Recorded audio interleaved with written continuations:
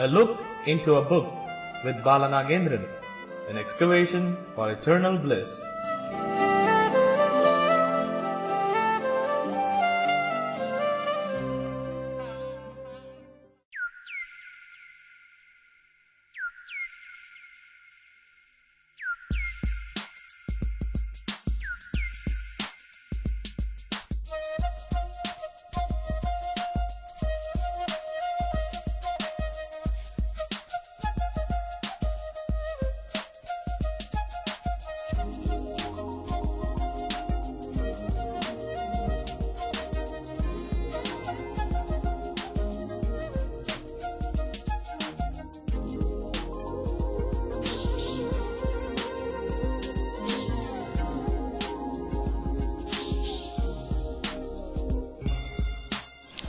Vanakkam, Namaste, Namaskar, Swagatam. Welcome to a look into a book with Balanagendran, an excavation for eternal bliss.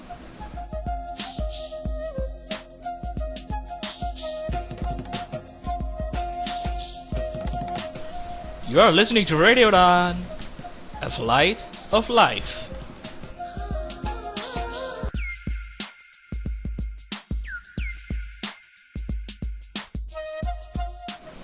Hello everybody, here comes Balanagendran again on this tantalizing Tuesday. After passing the grand successful completion of 9 months, it is with immense pleasure that I must announce here, personally, this is my 9th month since I began to perform in front of you through this amazing, astounding platform. November 4th, 2014, Tuesday, marks my successful completion of a look into a book for the past 9 months.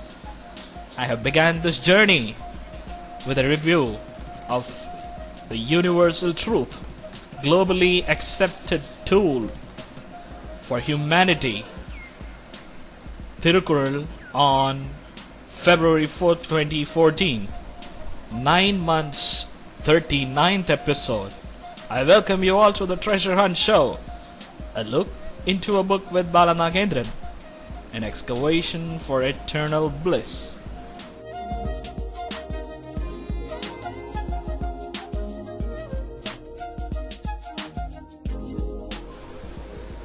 It is your support, your coordination, your constructive criticisms, your cooperations coupled with coherent appreciations are the sole reason that led me to stand here with a perpetual succession. And I assure here that every week I will do my best to bring the best in this hunt. This week, it is surely gonna be the best. The 60 minutes which we are going to travel with a Scottish born immaculate writer. Perhaps he will make us feel that he has learned about our own great nation India more than us. We all will feel ashamed after reading his creation that he has known, or he is aware of India better than us, more than us, which we fail to realize. As we begin today's treasure hunt through a look into a book, a peep into the paperback, we must make things clear that today is going to be one of the unique days, a special day of Balanagendran's look into a book to all of you, an excavation for eternal bliss.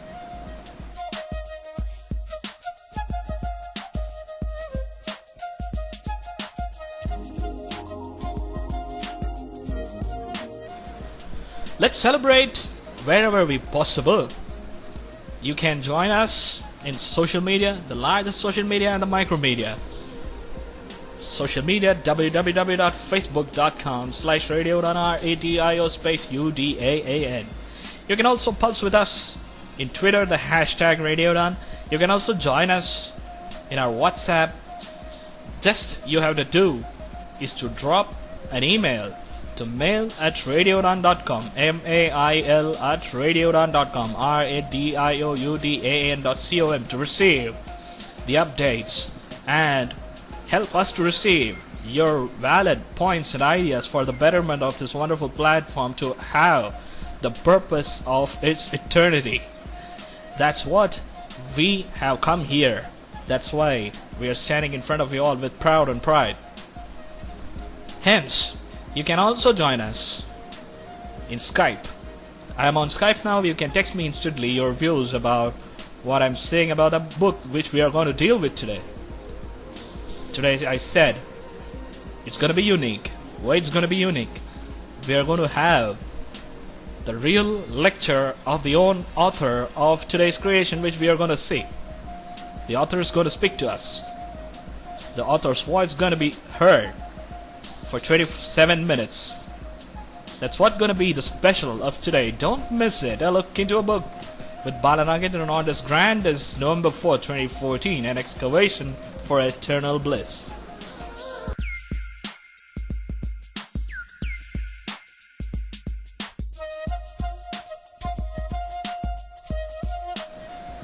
Before we delve further, it's my immense pleasure to announce to you, my dear listeners, as you are listening to a look into a book, I want you all to top the 5 top listeners who has participated more in Radio Udaan's activities through feedbacks, through answers, through Skype texts, and through Facebook posts.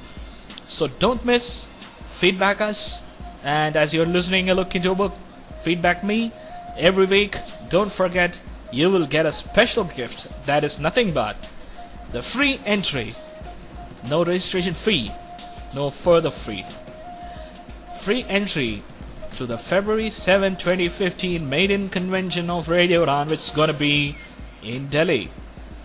Move faster, the first come first serve basis. The service has begun. Use this opportunity. Let's join together at the confluence of our maiden convention of Radio Udaan on February 7, 2015. So be quick. I want all my Look Into a Book listeners to be at the top 5. So let's meet together so that you can discuss with me on Feb 7, 2015 about the improvements and the developments that I have to put in to enhance and widen the borders of a Look Into a Book. So hurry up. This is the time for you. You can participate. You can text me. You can mail me at bala@radioudaan.com, and also submit your feedback. Participate in other shows, and as I said, I personally want my Look Into a Book listeners to be at the top 5 who will get the free entry to the maiden convention of Radio Udaan.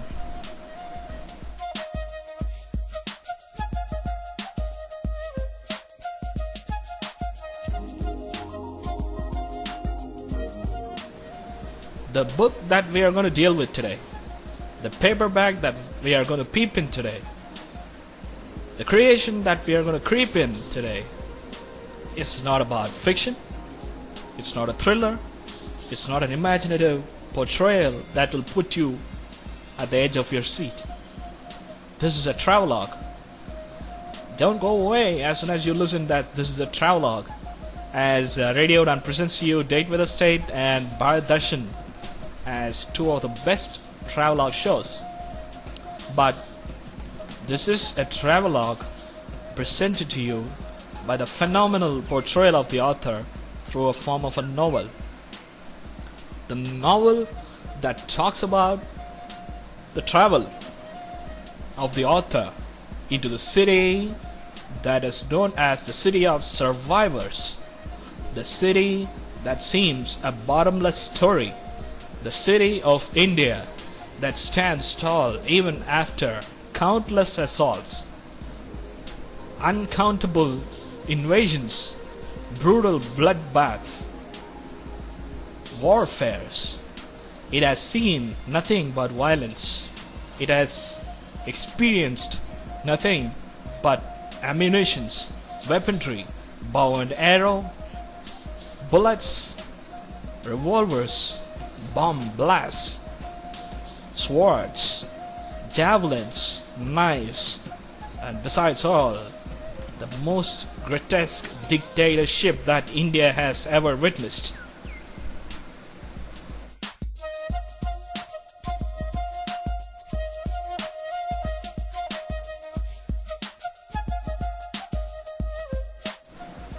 The book we are going to deal, or perhaps I must say, the treasure we are going to hunt, talks about the story of the city.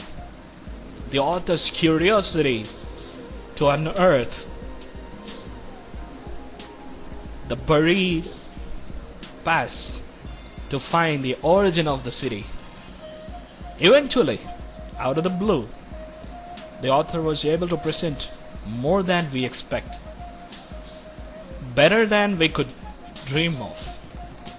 But the reality, as I said, eventually he still fell short of exploring the origin.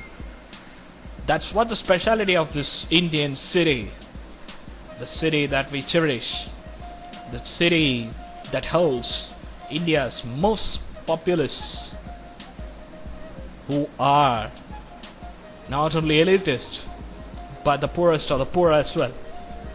The city that still bears scars of violence. The city that still shows the wounds of brutality. The city that still showcases the drubbing defeat. The city that still elevates and escalates the pre-independence imperialism. Spiritual, scientific, socio-political, economical, cultural mosaic are the colorful, bedecked characteristics of this city. The center of India. The city that we all want to visit one day or the other. The city that made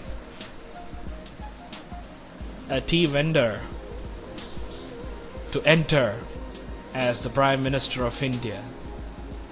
Now all of you might have guessed the city about which I am giving such pedantic messages.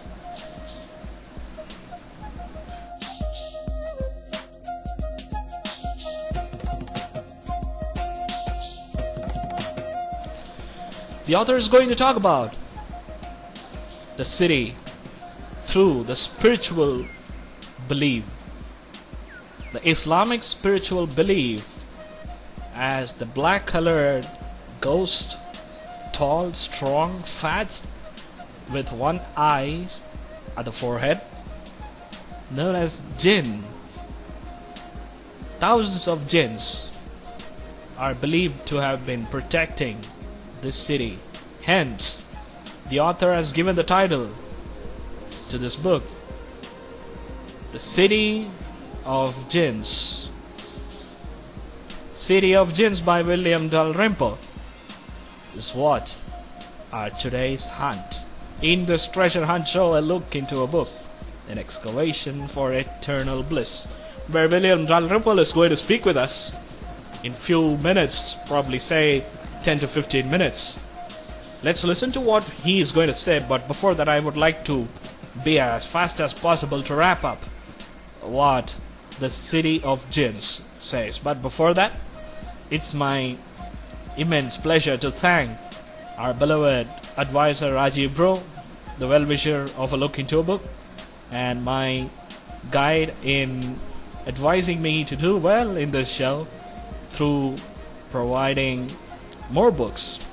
He was the one who provided this and who made me sleepless on that day. Let's stay together on Radio Udaan, a flight of life in a look into a book with Bala Nagendran, an excavation for eternal bliss. Today, we are going to see a travelogue by traveling with William Dalrymple's City of Djinns.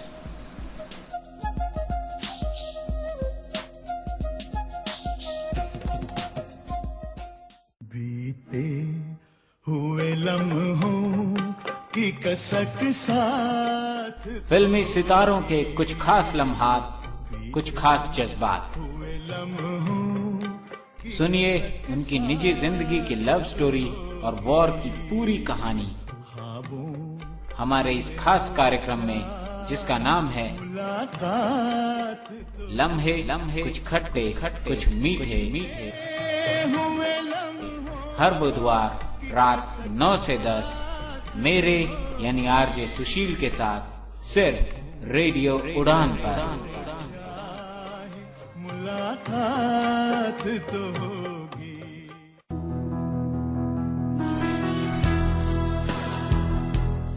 Words, words, words. Let's sing in the ocean of words and explore its origin, meaning, usage, and many other known and unknown facts about it. Let's sail in the world of magical words and travel far with entertainment. To listen, Ocean of Words.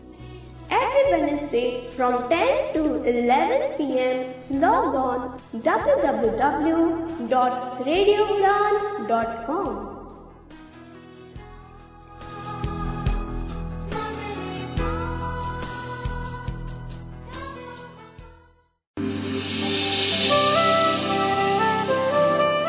A look into a book with Bala Nagendran, an excavation for eternal bliss.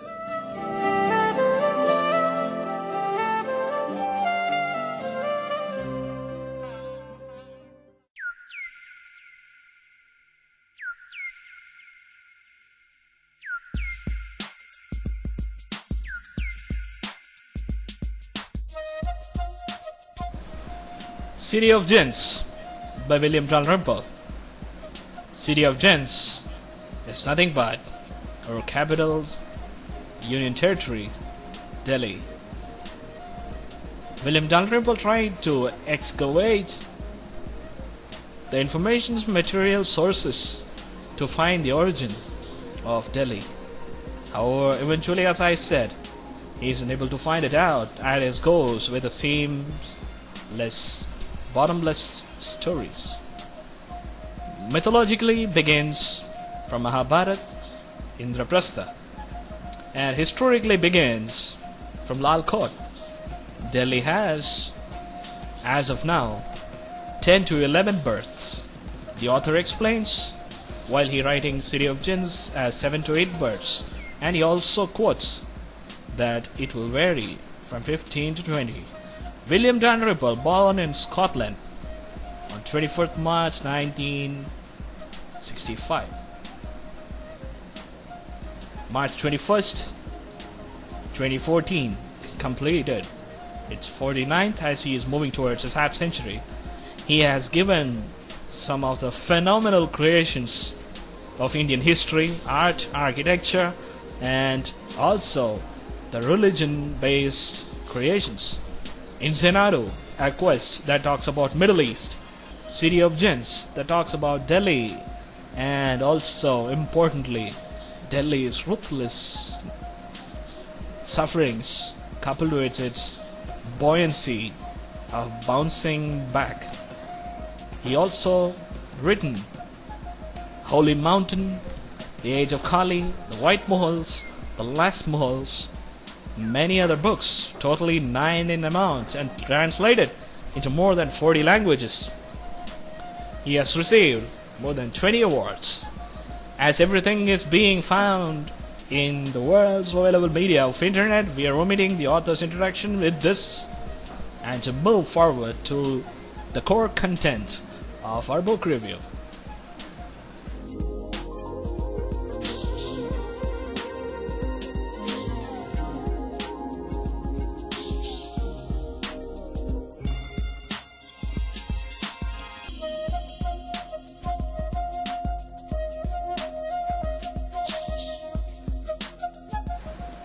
Prologue. It was in the citadel of Firozshah Kotla where I met Sardar Uddin, an Islamic priest, through whom I came to know about jinns. Jinns are the ghosts who are protecting, and the priest was sitting half naked with a 41-day fast at the Himalayan downturn to meet the jinns. And the priest explained that the jinns have met from the graveyard once. The leader of the jinn was black, strong, fat, tall, with one eye at the forehead, was the one who protects the city. I asked, can you make me to meet the jinns? Sadr Uddin said, he can, but I will be afraid of. Things have gone as everything began to move about Delhi. This has been written in 1984. Prologue ends.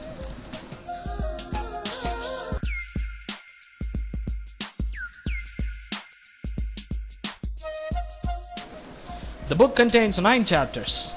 Chapter 1 talks about William Dalrymple's experience of entering into Delhi as a 19-year-old kid or adolescent boy, and it takes him back to 1989 where he returned to Delhi and stayed around 6 years with his wife, Oliver Fraser.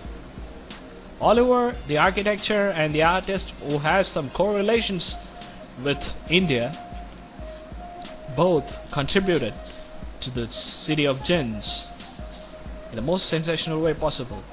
In my view, every Indian must read this. This is a non-fiction travelogue, but it won't make you feel like you're reading a travelogue where you can find the tourist spots which you can visit.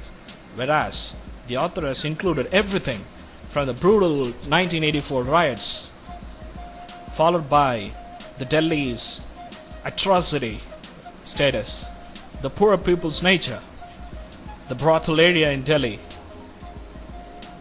the conflicts between the communities, the seasonal change, the brutal Mughals history, the devastating invasion of Timur, the laymen, and he also speaks about the eunuchs. In general term, we can call about transgenders. He also talks about ragpickers, rich elite people, and the partition of India, perhaps the world's greatest migration or largest migration in the modern day, or in the 20th century, the largest migration of the world, as Muslims who are displaced in India were chased to Pakistan. In return, the Hindus and the Sikhs have been beaten to a pulp and sent back to India. Hindus and Sikhs from Pakistan lost their own territory and come back to India as that of the displaced Muslims from India to Pakistan. More than 1 million killings, brutal assassinations, rapes, bloodshed, burn, fire, everything is enveloped by William Dalrymple in City of Jinns. Chapter 3 specifically talks about the assassination of the former Prime Minister of India, Indira Gandhi. It begins as October 31 morning. As usual, Indira Gandhi had her toast and fruits as her breakfast. Around 9:15, she has got out of her white bungalow and walked around the lotus ponds and lawns. As she entered the green marbled place, her personal commutation spot, where she smiled at her guards, but the guard, Bhim Singh, hasn't returned the smile, whereas he has taken the revolver and shot at her stomach. And the constable who was standing next to him emptied his entire revolver, and the green marble floor was flooded with red. The author also explains how she has been bundled up and taken into the hospital, and how the news has been spread, and how the people of Hindu and Sikh till that date, October 31st, 1984, were known to be brothers and sisters, friends, and bonded relatives turned enemies to each other.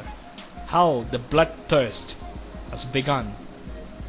How the city Delhi has been brutalized in 3-4 days, killing more than 2,156.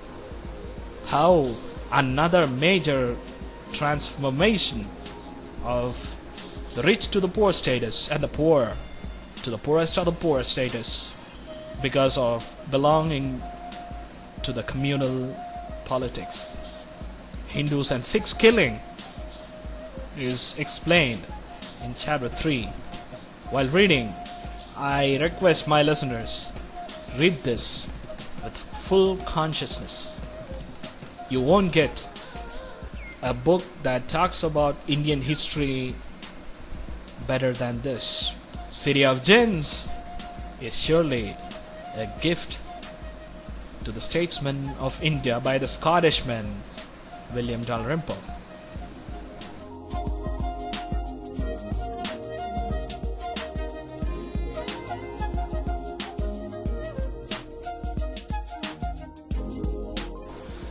Some of the incidents deserve to be illustrated.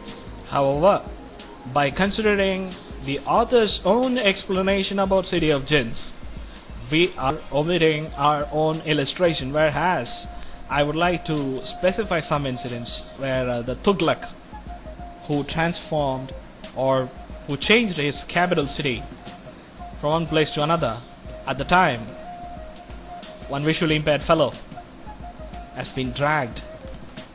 When they have reached their new capital, only his legs were left alone. The rest of the body has been scattered in the pathway which they have dragged him in the streets.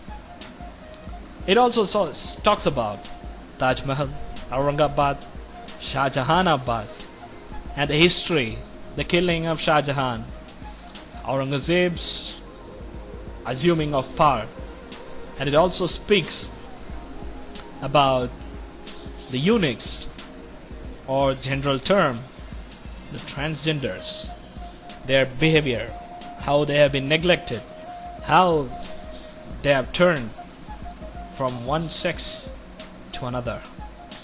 Read City of Djinns.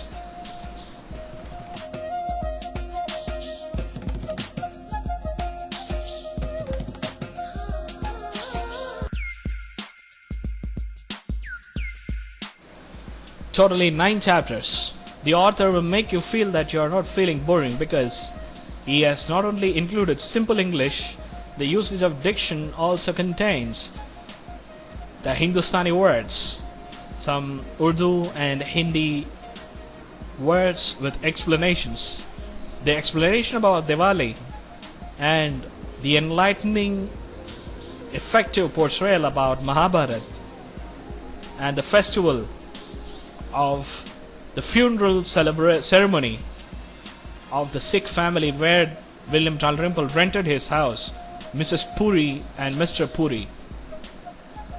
The story is emphatic. The raining, the storm of 1989, everything is explained in a well chronologized manner. City of Djinns is surely a boon to all the Indians, thanks to William Dalrymple's curiosity in writing about this city of survivors, the city that bounced back from brutal assaults, Delhi.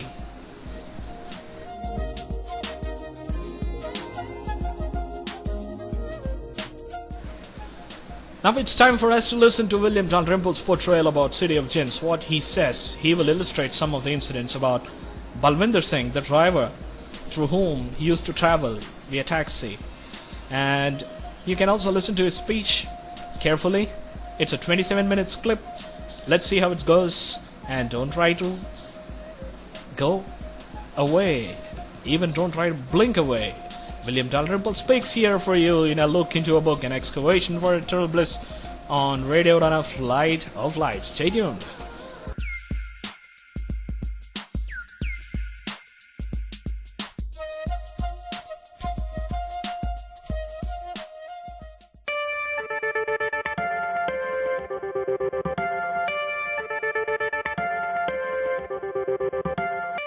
I've lived in Delhi on and off now for about 25 years. I first moved there in 1984. And I've written 2 Delhi books, one of which is a travel book called City of Djinns, and one of which is a history book called The Last Mughal. So what I propose doing is to sort of divide the evening in half and to talk first about the city as I viewed it in City of Djinns, which is now virtually a sort of piece of history in itself, in that the Delhi that it recorded in 1992 has long vanished, and it's a very, very different city today. And then in the second half talk more historically about the city of the last Mughal, and talk about a city which has vanished even further into history. City of Djinns is an attempt to write a book about one of the most complicated cities that I know. Delhi, for 800 years, was the cultural capital of Islamicate North India. The fused Hindu-Muslim culture which emerged in the aftermath of the Turkish takeover of northern India in the 12th century had its centre on Delhi.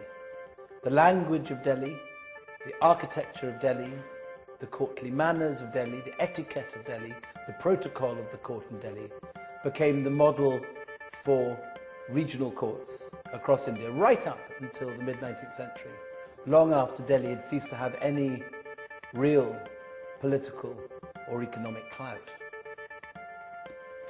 Yet when you go to the city today, there's a strange paradox, because the Delhi that you see today is not a city bursting with mushairas and old Indo-Islamic culture.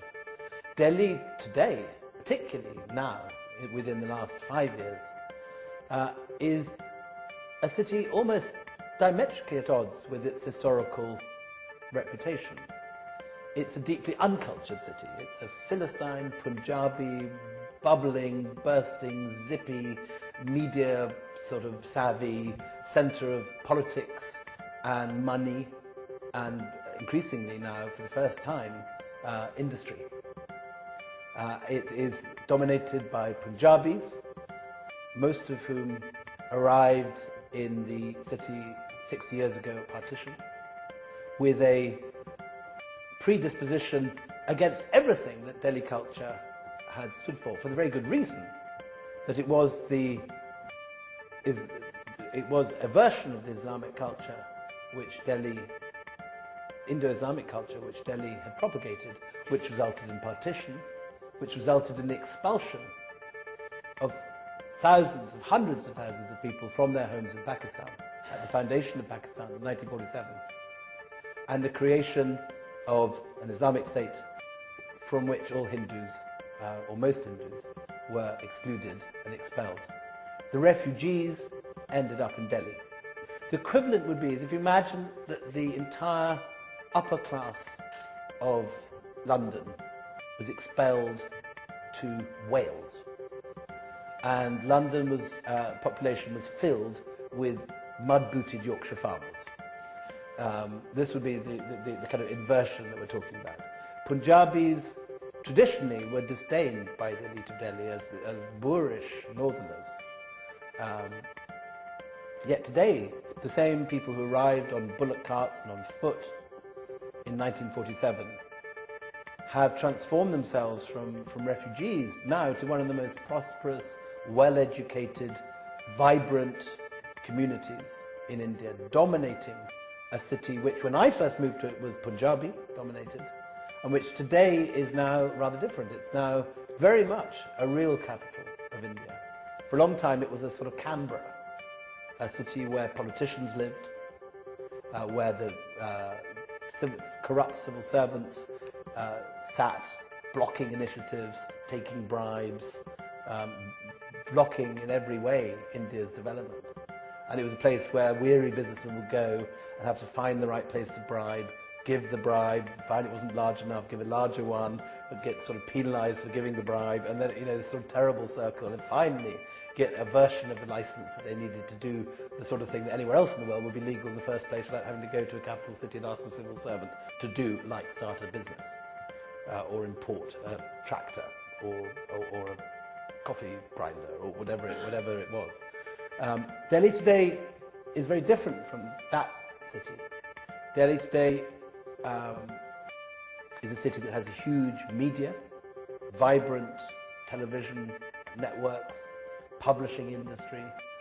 Increasingly one finds people from the south, from Bengal and Mumbai moving there for jobs. It's sprawling outwards at the most incredible rate. The biggest change for me is the city which lives just south of the farm where we live. Gurgaon, when I arrived in Delhi in 1984, was a small provincial town of about 100,000 with a single car plant, which made what was to be India's first indigenous car, the Maruti, which after a whole series of disasters masterminded by Sanjay Gandhi, ended up as being India's first Japanese car, and was basically a Suzuki manufactured under an Indian license in Haryana, which was the kind of outback in those days. Haryana today is a city of, well, it's so chaotic that no one knows how many people there are, but between 5 and 6 million people. In other words, the population of Scotland and the population of Israel put together. It has malls where my daughter enjoys hanging out more than any other place that she would choose to go in Delhi. It's got latest jean shops. You can get Bose speakers there. You get all the kind of fancy knickknacks that you might pick up in Channel 5 are there in Excelsits in Gurgaon, sorry, in Terminal 5, or in Bond Street, or any fancy boutique. That was where you go to get them in Delhi. When I first arrived in Delhi and started writing about its history, I was bemused as to what had happened to the culture. Where was the city of the Mughals? The monuments were still there. The Red Fort was still there. You could look at the Mughal miniatures in the museums. The amazing mosques all over the old city.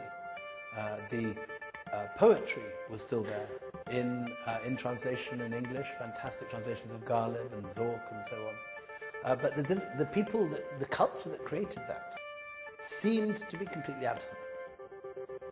And the breakthrough for me was when a friend of mine gave me what was the great pre-partition Delhi novel, which is called Twilight in Delhi, by a writer called Ahmed Ali. Ahmed Ali died about 10 years ago, but I got to see him during the research in City of Djinns. And it was, I think, the meeting of him, which I'm going to read to you in a second, which sort of unlocked a key for me to understand Delhi. Because Ahmed Ali was part of this diaspora of Delhi's elite, which either fled or elected to go, or was driven out and shoved towards Pakistan when it was founded in 1947. And that elite, having gone to Pakistan, found no place for themselves. The Muhajirs, who went from Delhi to Karachi, by and large, found themselves strangers, unwelcome in a Sindh which had no interest in their culture, which refused to integrate them. And when I went to Karachi in the research of this book in 1991, not only did I find Ahmed Ali's circle was entirely old Delhi-wallahs living in exile in a sort of transmigrated Delhi in Karachi, I found the whole world of the Delhi elite, as far as it survived, still clinging on in Karachi. And I'll just read you an account of going in 1992 to meet Ahmed Ali. Twilight in Delhi, the novel he wrote, is the last great record of the Indo-Islamic culture of Delhi. It's recently been reprinted. You can buy a copy on Amazon. It was in tracking him down in exile in Karachi that I found what I thought was the key to understanding what had happened. Here, in exile, en masse, were the old Mughal elite. What was the people that were inhabiting Delhi were not the Delhi ones. You had two strange people, two strange disjunctions side by side. In Delhi, you had the old buildings, the mosques, the havelis, but the people that built them, the upper class, which enjoyed the poetry, which commissioned the buildings, which had commissioned the miniatures, did no longer live there. They lived in Karachi. In Delhi, I'd been given an introduction to Shan-ul-Haq Haqi, a pipe-smoking Urdu poet and the direct descendant of Abdul Haq, a famous literary figure from the court of Shah Jahan.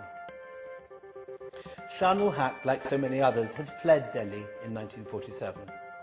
He left to escape the rioting and meant to return as soon as order was re-established. He was never allowed to, except much later, as a tourist from a foreign country. Shan-ul-Haq was the only person I'd ever been able to find who was actually a friend of Ahmed Ali. Ali doesn't mix much, a Karachi friend told me. He never fitted in Karachi. He's a bit abrupt, rather bitter. Shan-ul-Haq offered to drive me over to Ahmed Ali on the evening of my arrival, but first he said I should come and meet some other old Delhi exiles. He would expect me at his house in time for tea. The exiles, now elderly and respectable figures, sat sipping jasmine tea from porcelain cups while they nibbled pakoras and cucumber sandwiches. On the wall hung a faded sepia photograph of Shan-ul-Haq's family in their haveli near the Ajmeri gate around 1912. Beside it hung another picture of a very small boy dressed in late Mughal court dress, a brocaded sherwani, baggy white pyjamas, and on his head a tiny red fez. It was Shan-ul-Haq as an infant in Delhi. Of course, Karachi Urdu is really pure Delhi Urdu, explained a judge, biting a pakora.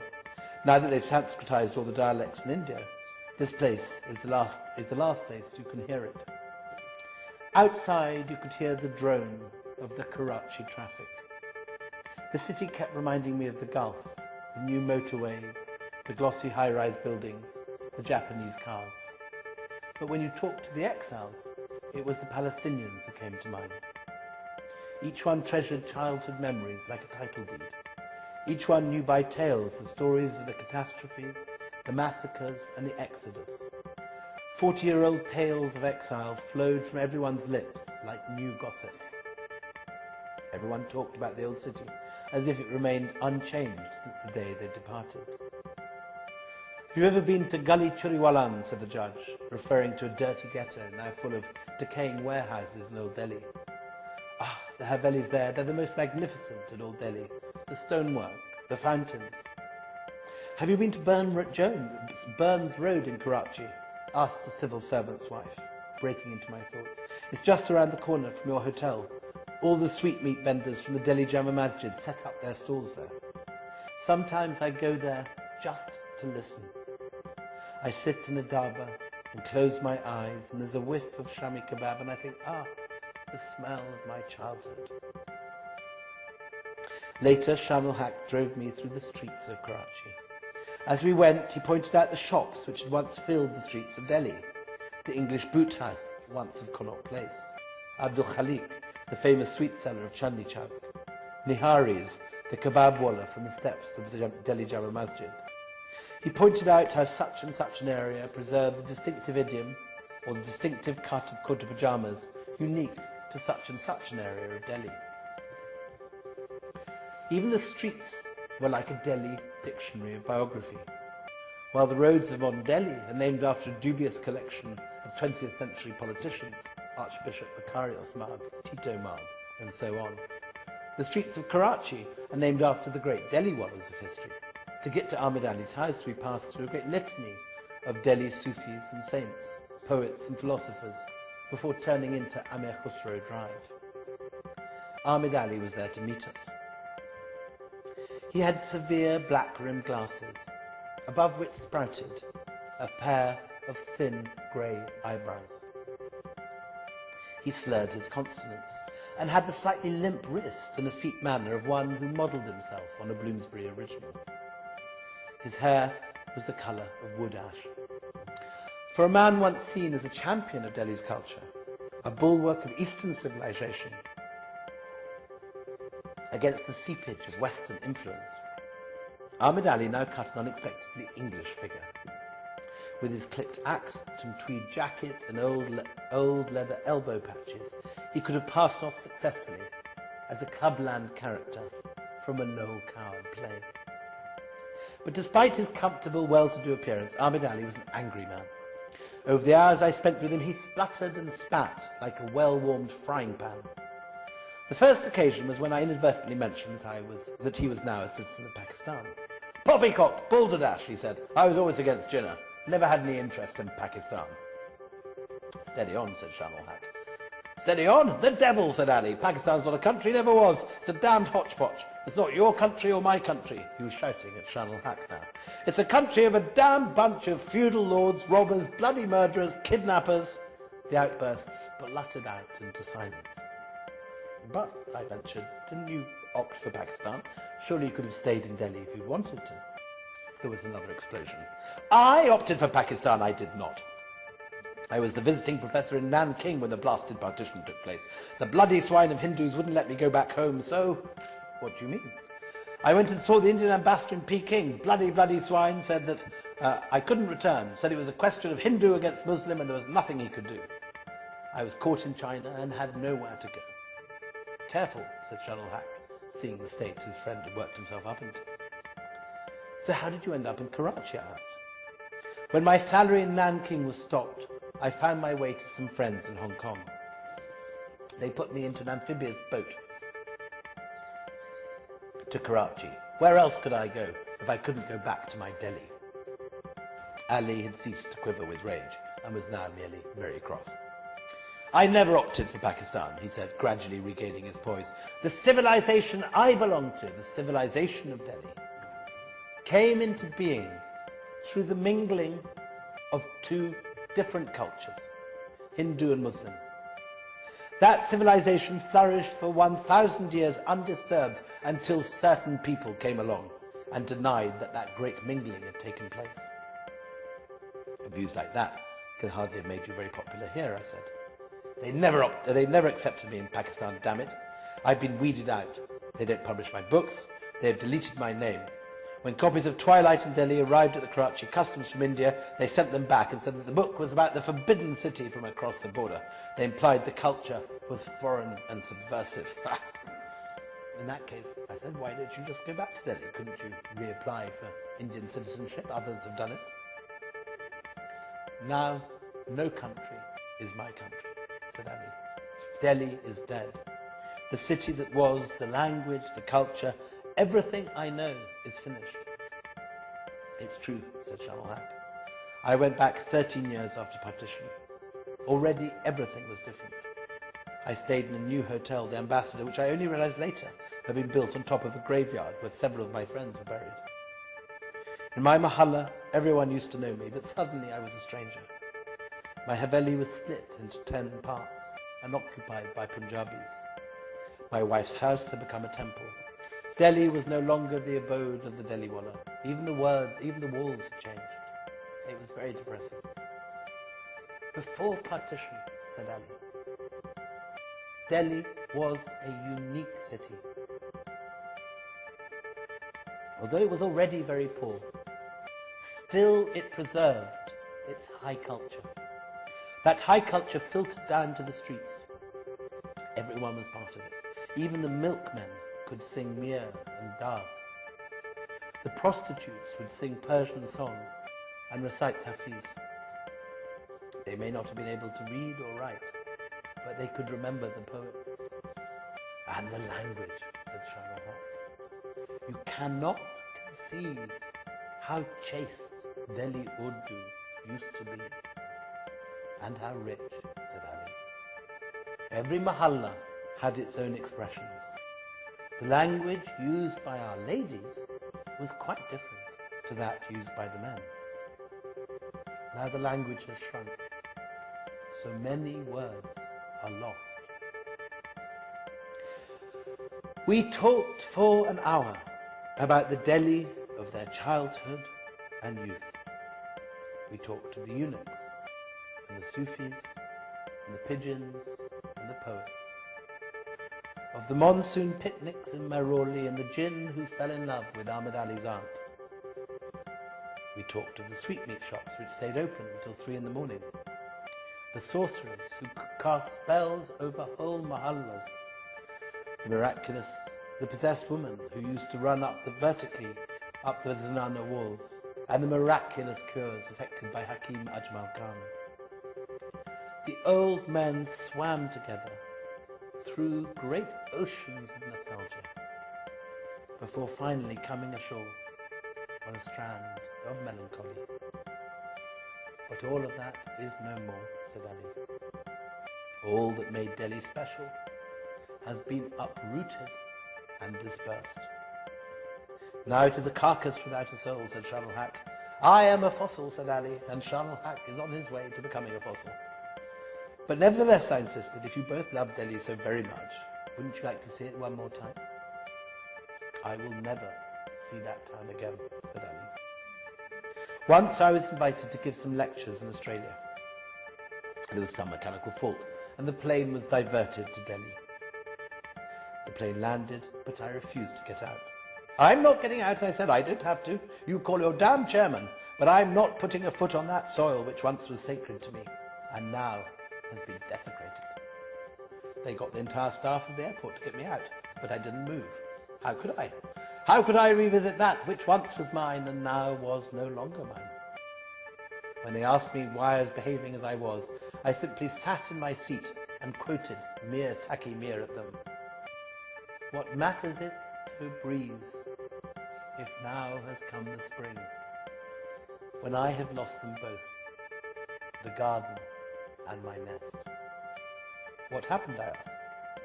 The swine were all Punjabi, said Ali. Tell you the truth, I don't think they understood a bloody word I said. In the book, the character I use as a kind of crude stereotype of Punjabi Delhi is my wonderful taxi driver, Punjab Singh, Balvinder Singh. I'll just read a little passage in contrast to Ahmed Ali's decaying melancholy to the musti of Balvinder.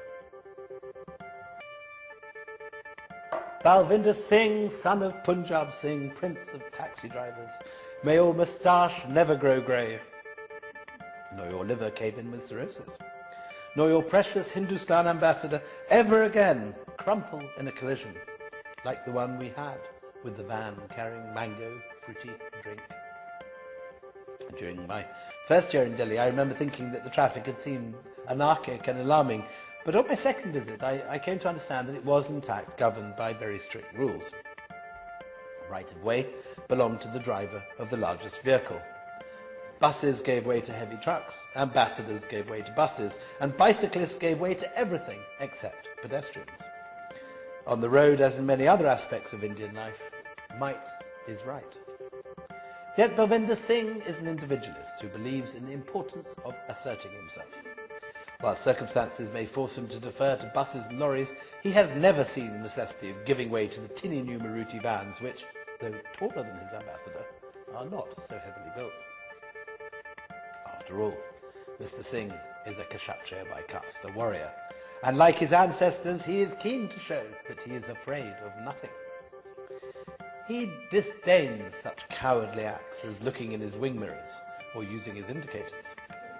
His ambassador is his chariot, his klaxon his sword. Weaving into the oncoming traffic, playing chicken with other taxis, Balvinder Singh is a Raja of the road. Or rather, was. 1 month after our arrival in Delhi, Mr. Singh and I had an accident. Taking a road junction with more phlegm than usual, we careered into a Maruti van, impaling it on its bows so that it bled mango fruity drink all over Mr. Singh's bonnet. No one was hurt, and Mr. Singh, strangely elated by his kill, took it stoically. Mr. William, he said, in my life 6 times have I crashed, and on not one occasion have I ever been killed. Although I am devoted to him, Olivia is quick to point out that Mr. Singh is in some ways a slightly unattractive character. A Punjabi Sikh, he is the Essex man of the East. He chews pan and spits beetle juice out of his window. He leaves a red go-fast stripe along the car's right flank. He utters incoherent whoops of joy as he drives rickshaws onto the pavement or sends herds of paperboys flying into a ditch. He leaps out of his taxi to urinate at the traffic lights, and he scratches his groin as he talks. Like Essex man, he is a lecher. His eyes follow the saris up and down the Delhi avenues. Plump Sikh girls riding side saddle on motorbikes are a particular distraction. Twice a week, when Olivia is not in the car, he offers to drive me to GB Road, the Delhi red light district. Just looking, he suggests, Delhi ladies very good, having breasts like mangoes. Yet he has his principles. Like his English counterpart, the Essex man, he is a believer in hard work. He finds it hard to understand the beggars who congregate at the lights. Why are these people not working, he asks. They have 2 arms and 2 legs. They're not handicrafted. Handicrafted? Missing leg perhaps, or only 1 ear. You mean handicapped? Yes, handicrafted. Sikh people not like this. Sikh people working hard, earning money, buying cars. Ignoring the bus hurtling towards us, he turns around and winks an enormous, dirty wink. Afterwards, Sikh people drinking whiskey, looking television, eating tandoori chicken, and going GB Road.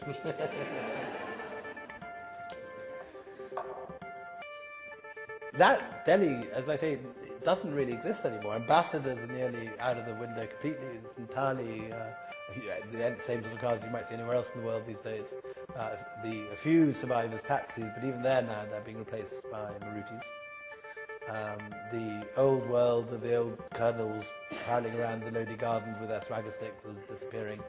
And the centre of Delhi's gravity is moving southwards, ever towards Gurgaon, and traffic is jamming up ever further. The idea of Vinod Singh sailing along and playing chicken is long gone. You now sit in traffic jams staring at girls in saris rather than careering around killing yourself with a bus on the way to doing it.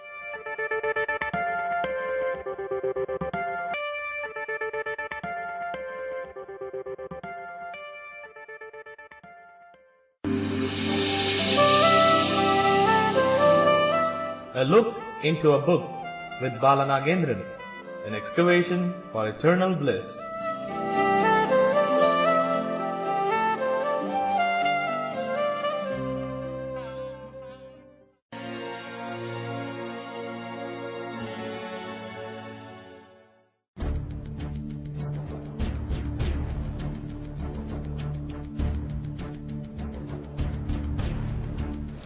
Welcome back, friends. I hope you might have enjoyed. I'm sure that you have enjoyed William Dalrymple's lecture about his experience in Delhi and also the way that motivated him. The reason for his motivation to write a book, A City of Djinns. We are going to review his books in coming segments, but not in a consecutive segment, as we don't follow such consecutive treasure hunt of the same. William Dalrymple's contribution to the City of Djinns, Delhi, and not only to Delhi, perhaps India. In 2009 also, he has published a book where he is talking about the Dravidian culture, Kerala and Tamil Nadu. So, as a historian, as a traveling lover, he has made all of us proud. The way he explains the marital practice of Indians is funny. Sometimes it's stabbing. It stabs into our heart how superstitious beliefs haunts the beliefs of the foreigners on the Indians. Most of the things, almost everything that he has written is historic, factual truth. There is nothing to be disputed about William Dalrymple's portrayal in City of Djinns. Read and tell me, how do you feel about this book? As of now, it's time for me to say bye-bye, see you, take care, as the clock is about to tick to 10, and it's time for me to sit with you all together to listen to Swati and Sabra Saksena's Sports Galaxy. Let's listen what sort of interesting sports or interesting sportal event that these two are going to bring from 10 to 11 today. Write to me, feedback. Don't forget to feedback www.radioudaan.com, radioudaan.com. As I said, the top 5, those who participate more in feedbacks and in segments of Radio Udaan, will be given a free entry to the maiden convention of Radio Udaan, which is going to be on February 7, 2015 in Delhi.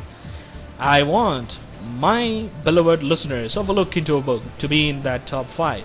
Don't hesitate to feedback, and you will get a blistering moment of your life on February 7, 2015.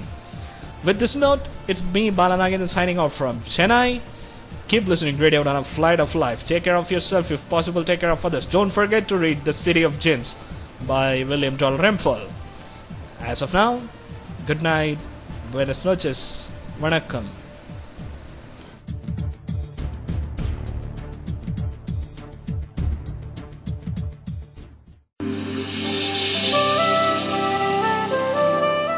A Look Into a Book with Balanagendran, an excavation for eternal bliss.